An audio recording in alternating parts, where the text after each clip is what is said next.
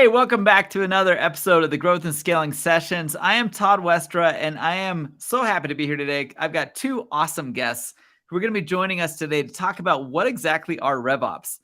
RevOps, it's an interesting topic. It's a terminology that I think we've known for years, but we have failed to ever use this term until just recently in business conversations. But it's a huge, huge piece of what we all need to understand about our businesses. What is driving revenue? Where are our expenses falling within that revenue? Is our revenue clean, meaning is it profitable revenue or is it just revenue? Revenue operations is the whole configuration of driving alignment between the silos that we call our revenue operations team. And we're going to jump right into that after we introduce our guests, because most of you are wondering, I hear this term, I hear it being talked about, I don't really get it. Is it just my sales team or is it my marketing team? What does it encompass? So today we're going to be jumping into that. We're going to introduce our guests one at a time. Today we have got Joe, who's going to come in and introduce himself. Joe, please tell us who you are and what do you do? Great. Thanks for having me, Todd. My name is Joe Gelata. Right now I'm with a company called ClearPath Robotics within the Automotors division. So we sell autonomous robots, so robots that think for themselves and drive around factory floors and bring material to and from assembly lines and things like that. So it's a pretty wild technology. Who doesn't like robots? I mean, seriously. Yeah, exactly. So running the revenue operations team there, which is essentially where I've spent my whole career, right from the start. I actually started out as a BDR and then went through a good sprint with demand gen, but always kind of drawn to the operations side and always saw that hole between, aligning marketing, sales, and all these different teams. And about Love 10 it. years kind of formally got into revenue operations as a job and never looked back. Love it. And I think what's unique about you, Joe, is that you've kind of jumped in between a whole start in your career in SaaS, and now you're doing robots, which is a huge spectrum of sales Exactly. operations. I love it. Yeah, doing RaaS now. So robots as a service instead of SaaS. I love RaaS sales. All right. And next we've got a sales expert and experienced man of the world, Zach. Tell us who you are and what do you do, Zach? So I come from a background in international sales. I was a director and VP for about 35 years, sold all over the world. And for the past couple of years, what I've been doing is splitting my time between fractional international sales management, which means companies that can't really afford a VP of international sales who's experienced hire me on a fractional basis. And then on the flip side of that, I coach and mentor VPs of international sales. So people who are new to the job, or actually most of my clients have been doing it for years and they just want a little bit more growth, or they want to accelerate their growth. And I work with them to do that. I love it. I love it. Both you guys are awesome. You are way more handsome and probably smarter than I am. And so we're going to lean on you heavily today when we talk about RevOps. A lot of people think about RevOps and they just don't know what we're even talking about. And so I wanted to just kind of to jump into the topic in general. I love to think about the silos. People talk about silos all the time. What are the silos? What are silos and what do they mean to revenue operations? Zach, you're in the hot seat. Tell us what you think about these four areas of revenue operations.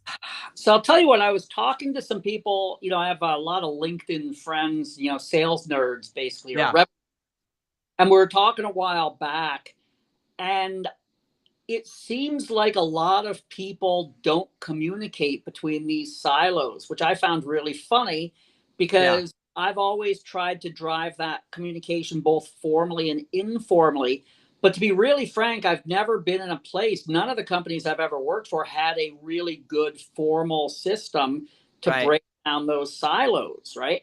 And when you take a look at this, the what we used to call years ago customer-facing people or customer-facing individuals, right? Everybody with RevOps essentially are touching the customer. Right. And when you think about it, I've gone into companies and I've said, well, who does the receptionist report to? Because everybody who calls is going through this lady who's picking up the phone. And Right. I remember going into one company, I was like, that desk is empty for 2.5 hours a day. And people are calling from all over the world and they're getting a message because she isn't answering the phone. Like, well, yeah, she reports to the chief financial officer. And I'm like, Right. why is that? She should report to the person who's in charge of the customer facing. She is the most customer facing person in the company. Right.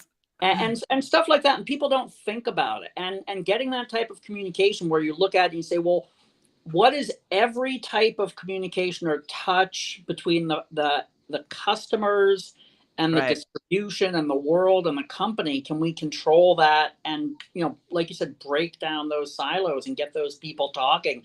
I love and it.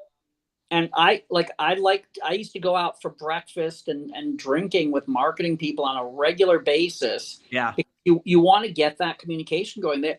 If they're working on stuff that isn't going to drive revenue, then Right. Or better leads. or better leads. Well, better leads should drive revenue. In the end, like I always used to say, there has to be a path to a purchase order, right? Everything we're doing should have a path to a purchase order. And if you can't tell me what that path is, then Yeah. let's talk about why we're spending money on it, right? Right. Joe, what are your thoughts? You've been in multiple industry types and you've seen the silos in different ways in different industries, I bet. Tell us a little bit about what you think about these silos. Yeah, it's unbelievable how bad they can be. I remember I was consulting for a huge mobile device provider. This is going back a few years, and we were installing a marketing automation platform for them. So we're working directly with marketing to get this set up, and we start generating all this amazing data. Went to the sales ops team and said, "Hey, can you install this widget in your CRM? And we're going to expose all this amazing data on what the customers are doing and viewing." And they're like, "Nah, that's okay." We're like, really? Like marketing just dropped $10 million on this and sales won't spend 2 hours to drop this little thing in and get all this. And I just looked at that and thought, how could these two organizations be so It's so misaligned? crazy. And that's kind That's of like every CEO's nightmare right there. Yeah. Every CEO's they're like, hey, how are things going in sales? Great. How are things going in marketing? Well, we just spent $10 million on this new thing that sales won't even look at. Yeah. Oh, really? Exactly. And I kind of break all those different stakeholders down into primary and secondary. And, for RevOps, in my mind, primary would be sales, marketing, and customer success. And secondary would be, product and finance and things like that, where you're supporting them, but not necessarily telling them how to do their job. You're just kind of working with them to align. But if you've got, primary breakdowns like that between sales and marketing, you can imagine the whole organization is falling apart. So you need someone to be the glue, right? Well, one of the things that I've found, and I'd love to get you guys' opinion on this, whenever I've worked with a company who has kind of stalled out on sales, it doesn't mean that they're hurting. I see a lot of companies in that 5 to 10, even $20 million range where they're generating profitable revenue. They're just not growing. They've been at 20 million for 5 years, or they've been at 10, and I tend to see the common issue being most of the initial sales thrust or revenue thrust comes from founder-driven activities. And as soon as the founder can't reach and touch all those little pieces in the company, that's when things stall out. Why do you think that is, Joe? What's going on there? Is there a connection that you see, or am I just imagining this? Yeah, I always use the analogy of an Oreo cookie. So you think of the founder as the top of that Oreo cookie, and then everyone in the middle is the important stuff, the sweet stuff that's actually getting the work done. And as you grow, just like you said, the founder doesn't get down into the sweet stuff as much anymore. And without that bottom wafer, it just kind of all melts away, right? So you need something to kind of keep that together. So that's kind of where I always see revenue operations is, they're kind of hiding underneath everything, but they're working in line with the CEO and that corporate strategy to kind of keep everything together and make sure the sweet stuff is doing its job. I love it. Zach, I saw an extra smile when he started talking about Oreos. What's going on here? Are you seeing the connection here? Yeah. I think that's a great analogy, but it's just, I agree 100%. It's sort of like the founder builds up these ideas, and most of the time founders aren't sales systems or sales ops or RevOps people, right? What happens is it's sort of like, okay, I'm going to get in my car and I'm going to drive out and I'm going to talk to these guys. And then that's going to generate $5 million of revenue, but they don't understand what to do next. Right. And I'll tell you what's even, say, almost more than that is sometimes I've been to a couple of third generation companies. You have a lot of American companies that were founded after World War II or around World War II. So now the grandson is in charge and he's sort of, burning out his ideas, right? And often they just don't have these systems in place. And I like to talk about not to get off on a tangent. I'll just say this briefly, but look up the British Olympic bike coach, Dave Bransford, I think his name is. And Britain had never done anything well with bikes forever, right? They no Olympic medals, no Tour de France. And he didn't come in and do anything like really revolutionary. He started doing things like changing the brand of oil they used on their chains and the color of underwear they were wearing, little things. And he drove them to a lot, to Olympic wins, to Tour de France wins, to being very, very serious, incremental changes. I think what a lot of these companies are missing is somebody who walks around and says, okay, we don't use the CRM correctly. We don't have a good data. We're giving our information to our customers in a very clumsy way. Can we improve that? Right. Stuff like that. Well, and those are the things that really take things out of the hands of the founder or operator and put them into the silos. And I mean, let's be clear here. The CEO should not be in any of the silos. They should be directing the silos, not in the silos. And so when I look at someone like Joe, who's coming into most of his client, his engagements as an employee, you're there for a very specific reason because you know how to run one of the silos really well, right? I mean, that's kind of where you should be fitting, right? Not as a founder role, observing and watching and making sure they're talking, right? Yeah, exactly. And I think that reporting piece of it is really important. I come in, my previous role was business operations, reporting right to the CEO. And it was really a similar role, but for the whole organization, trying to tie it together. So, coming back into RevOps now, you still got that focus on the go-to-market team, but with that larger kind of purview over the whole company and trying to tie it all together. The reporting structure can be a bit of a challenge where, if you're reporting to, say, the head of marketing, you become marketing operations. If you're reporting to the CEO, then your business operations, and if you're reporting to the CRO, then your revenue operations. So it really kind of dictates how far you can go in the company.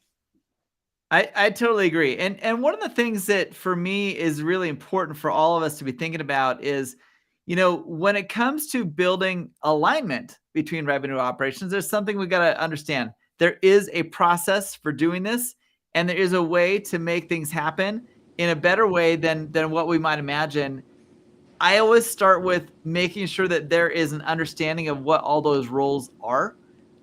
What should sales be doing? What should marketing be doing? What is a product dev team? And let's talk about customer success. I happen to have a podcast. That's where I met Zach, where I interview a lot of people who are building growth and scaling operations within companies. If you haven't checked it out already, go to links.thegaspodcast.com. It's the Growth and Scaling Podcast. And it is so fun to understand what's going on here with growth and scaling operations, because when you see someone else align these things, that's when their trajectory usually goes from whoa to wham, and they start hitting massive growth because they've been able to align these teams. And I have not gotten tired yet. I've interviewed 350 founders and operators so far on the podcast. I never get bored of hearing what steps they had to take to align those teams, and then boom, growth started happening. And so, Joe, I think your role is critical in doing this, what are some of the initial things as you've been brought into different companies, given your experience? What are some of the things that you've been able to build that understanding and foster that communication and say, this is actually under our purview, not yours. And this is where you need to help me and our team do a better job. You know what I mean? Mm-hmm.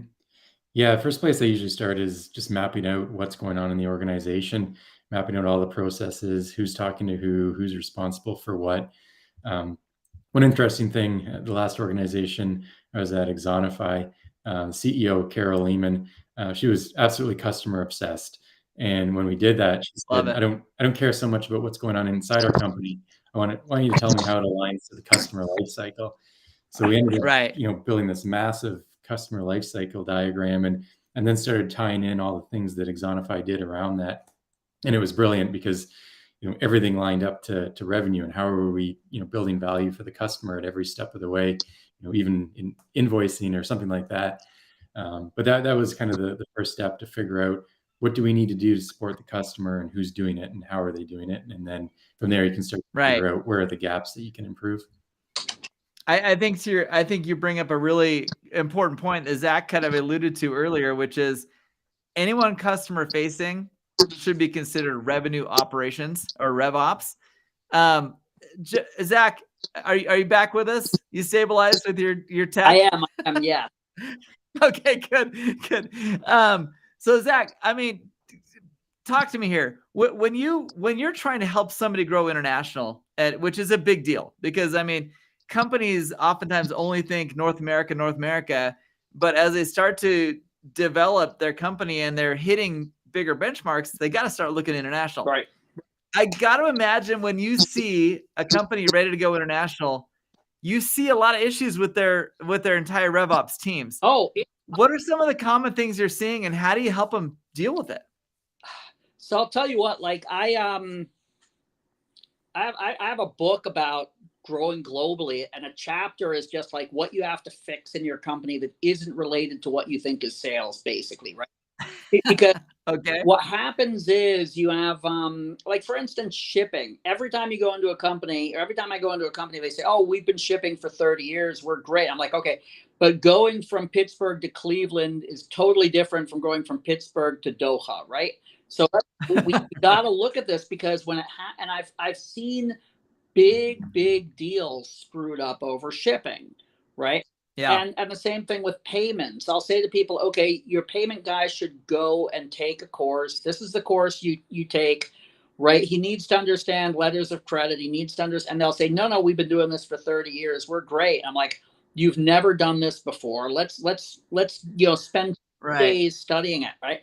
So there are things like that. I'll tell you what, going back to the issue of the receptionist, that's a real thing, right? I've said, oh yeah, people will call us, and what's happening is 2 hours a day, it's going to voicemail, and yeah, they're calling us from, Bangladesh. They're going to possibly be confused about what exactly they should say. And when they leave a message, then what happens? How does that message get to me, right? And right. like little stuff like that, the how you set up your service, right? Is your service 24/7? Is there somebody who's taking the phone home at night, right? Who 100% pick that up? All those type of things. Now that's not what you would consider traditional sales. That's all RevOps or customer facing. right. Then when you deal with like selling, even stuff like, I'll tell you what, I live for available sales hours, right? Competent available sales hours. So you basically say, okay, I got a guy who's based in Chicago, and he's actually going to be on the road for about 60 or 90 hours a year at a cost of $400K, right? That's an actual example. Right. Because you get a guy and he's 61 years old and he says, okay, I'm going to fly business class. I'm going to fly. I'm going to rest a day. I'm going to do a meeting. I'm going to fly. I'm going to rest a day. I'm going to do a meeting, right? Or right. you count how many hours he's actually sitting in a meeting and then you figure out how much it costs. That's an expensive meeting. Right. And then you say, okay, but what if I put a guy in Singapore, right, who's doing that? How much does that cost me, right? And then suddenly you have 25 times as many available sales hours, and your sales go up 2,000% for that territory. And everybody goes, who would have thought, right? Right. Of course, this is how it works. You increase your sales hours, you increase your revenue, right? Or I'll tell you something else, which is one of those pet peeves I have, is you think about all the paperwork that a rep or a sales, let's assume a rep, a guy who's actually in the field or a person in the field selling. Right. How difficult is the paperwork they have to do and how much time it takes, right? And very often I'll talk to people and say, well, we have this process. The process was developed by our accounting department. It's a really good process. You can't. Because accounting guys are really good at customer facing stuff. Right. But then say, okay, this is cutting into our sales hours by 6 hours a week, right? Right. Right. And if we simplified it, it would only cut into our sales hours by an hour a week, right? We could gain 5 sales hours a week, stuff like that. And honestly, and this is huge. I mean, that's hugely, hugely important. And Zach, one of the things that I always think about the reason I pop this up on the bottom is on my podcast, I've had 2 people who are huge customer success people. And I personally, I used to own a customer service center for over 10 years in the Philippines, and we did customer service for all sorts of stuff. Right. I mean, all sorts of products. And these 2 guys mentioned to me, they're like, Todd, the thing that all the sales guys fail to see is that they engage with our prospective clients. We're dealing with and upselling our existing clients. We're the ones that keep them coming, and the revenue keeps coming from our efforts. And they say, we always get looked down as the redheaded stepchild when it comes to RevOps. But the reality is that there's a beautiful relationship here. And I love to hear from you guys. We talk about sales and marketing being, for most people, that's all they think about when it comes to RevOps. But when we're talking about revenue, it's not just initial sales. It is, how do you continue the relationship with a client to where they not only keep paying you for a monthly service or an annual service, but they also buy more stuff from you? Tell us what, Joe, let's jump to you. What do you see that relationship looking like in an ideal scenario? And where do you help define those lines within a company who doesn't see the lines?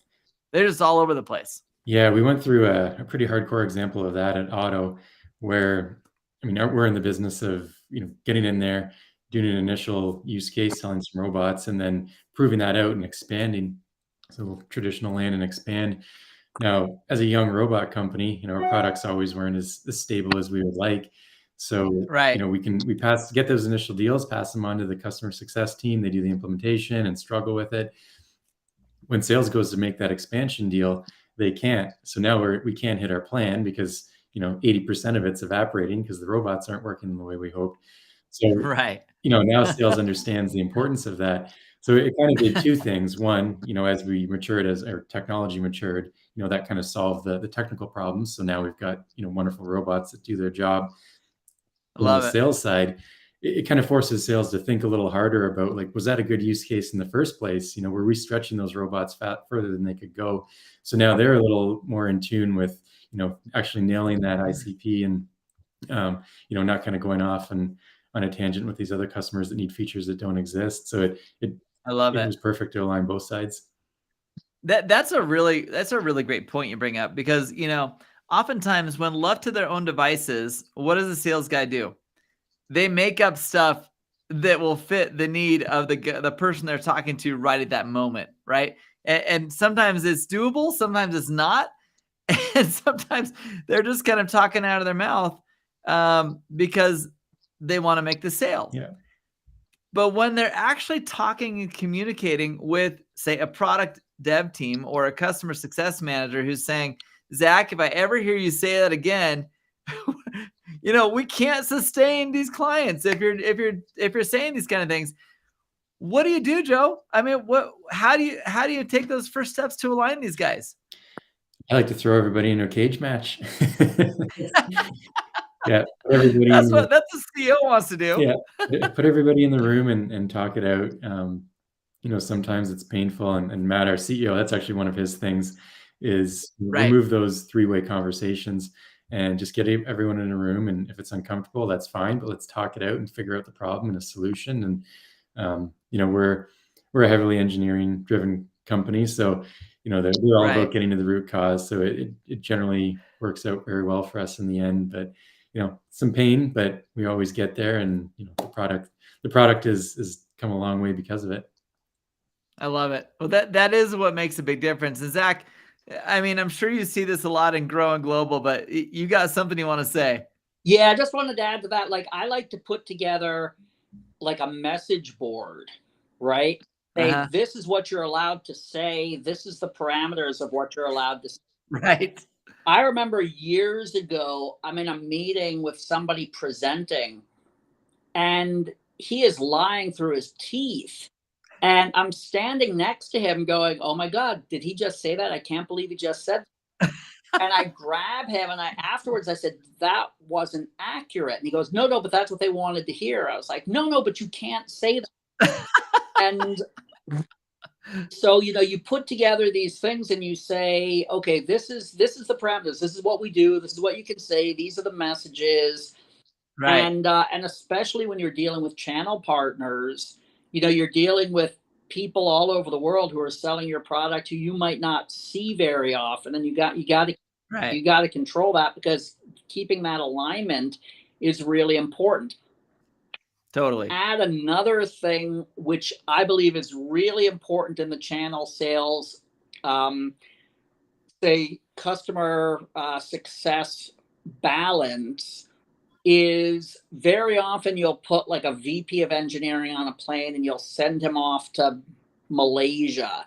And right. Walking through a customer site, and the customer will say, if you were to make this change, right. It would be really great because we could do this and this and this. And very, very, very often the VP of engineering will go, that's a great idea.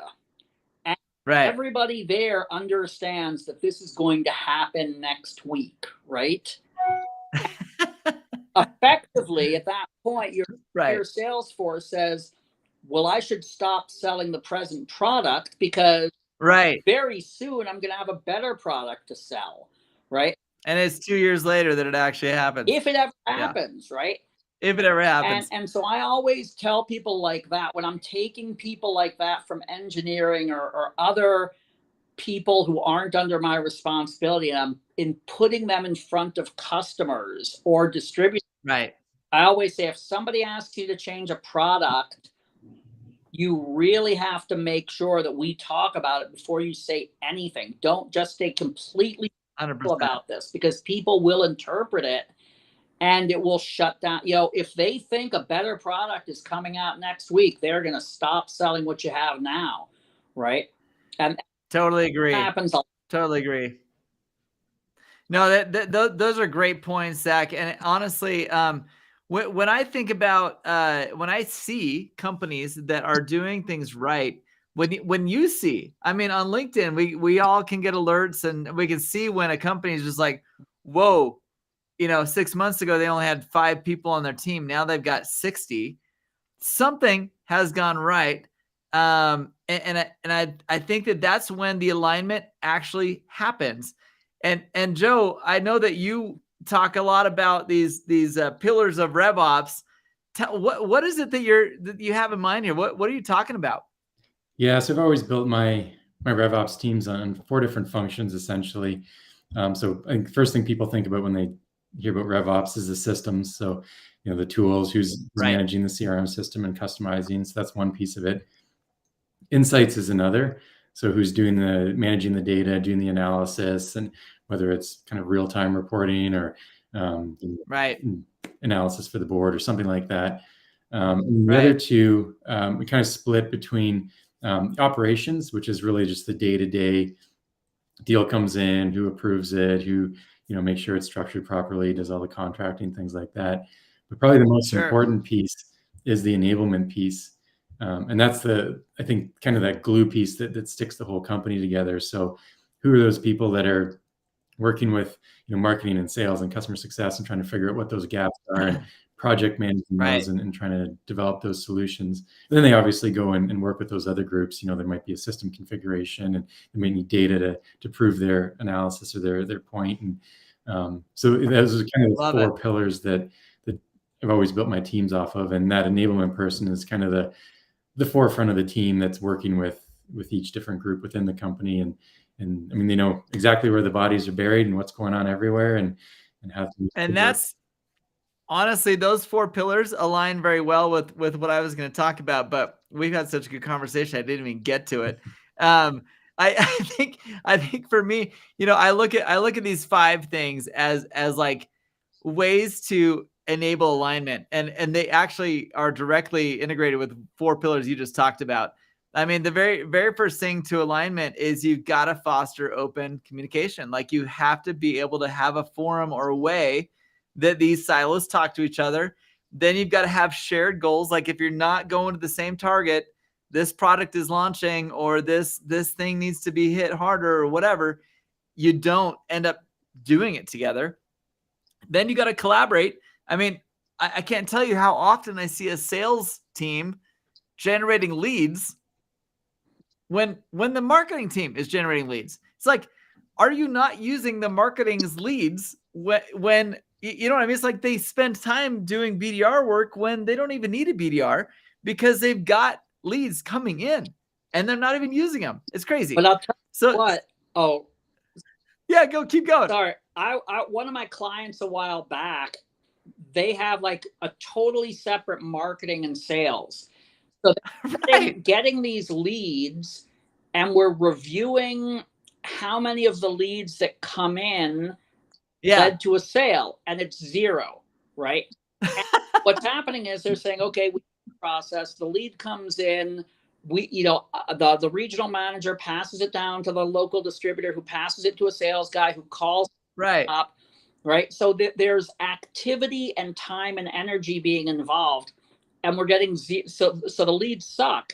And the leads don't suck. They just don't even know that they're there. I mean, the fourth point, the centralizing data, it's like, sales has a CRM, marketing has a CRM, and there's no connectivity between the two. It's crazy. Well, in this particular case, sales and marketing weren't talking about what a lead should be, right? So money leads, but they were the wrong leads, right?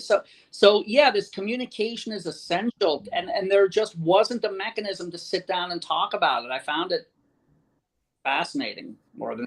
It is fascinating. And I think all 3 of us can chuckle about these stories because we've all experienced the same types of messy data and people not talking to each other. Blows my mind. But from an outsider looking in, it's almost always the problem. Whenever you see a company who had a great launch, but then they're stalled out, it's almost always because these silos aren't working together. And Joe, in closing, we're going to wrap this up. I want each of us to kind of give our last bits of advice or information here. But Joe, what do you've come into 3 or 4 organizations now in the role of, I know how to build RevOps teams. What are you seeing? What are the common issues, and what's your last bit of advice you can kind of do to guide these people? Yeah, if you're creating one, I think the key to it is keeping it strategic. So when I talk about those 4 pillars, I think a lot of the time it really comes down to ignoring the enablement piece and focusing on the other 3 just to kind of get through your day. And that becomes very easy, but there's no strategic value in that. All you're doing is bailing out your boat. That enablement piece is the key thing to actually build a scalable company, improve it, bring all those different pieces of the organization together. So as long as the leader, whether it's the CEO or the CRO or whoever it is actually utilizing the RevOps team as a strategic tool for them, it's a rocket ship. Love it. Definitely. I love it. Fantastic. Zach, what do you got for us, buddy? You know what? If you want to cut this down to a 30-second or 1-minute soundbite, I'm going to say, identify the path to a purchase order, right? You have all these different functionalities that can seem to be very much removed from revenue, right? And Right. anything if you can't figure out how that will lead to revenue. So if you're doing marketing, you're doing research, you're doing anything, think about how will this impact revenue, and if it impacts revenue, work at it. If it doesn't, try and kill it. Right. I love it. That's fantastic advice. And I can totally concur with what you just said. If when it comes to all of this, when it comes to RevOps and it comes to connecting teams, my message is for the CEOs out there. For CEOs out there, your role is not to be involved in the weeds of all these silos. Your role is to make sure they all are aligning on the same plane. They're going to the same goal. They have the same mission. One of the things that we talk about often on our podcast is I love hearing the stories of these CEOs who have discovered what that magic trigger was. And almost always it comes down to the fact that they've aligned these teams and these silos together. Having a shared mission, having a vision that works. One of the things that I've been involved with, and the sponsor of this show is captainscouncil.com. And Captain's Council is where CEOs come together in a peer group to discuss stuff like this. It's hard for a CEO to go to a sales director and say, hey, what do you think we got to do with marketing? It's a lot easier to go to another CEO and said, how do you get your marketing and sales team to talk to each other and work right? You know what I mean? And so my advice to everybody out there listening who's a CEO who's struggling to align their silos, talk to peers. Whether it's in Captain's Council or not, talk to other CEOs. How did you do that? How come in the last year you had 20% growth and I'm stuck at 3? What is going on here?